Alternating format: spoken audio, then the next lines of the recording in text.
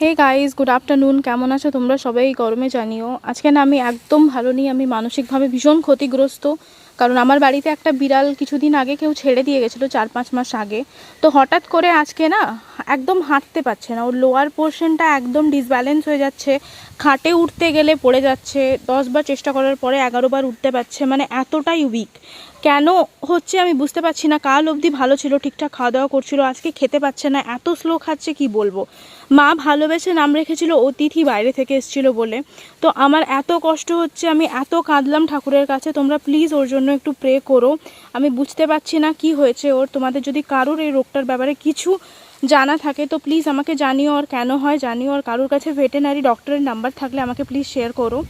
আমি আজকের দিনটা দেখব, যদি কিছু না হয় এমনি ওষুধ দেবো, যদি কিছু না হয় তো কালকে আমি ইমিডিয়েটলি সকালে ডক্টরের কাছে নিয়ে চলে যাব।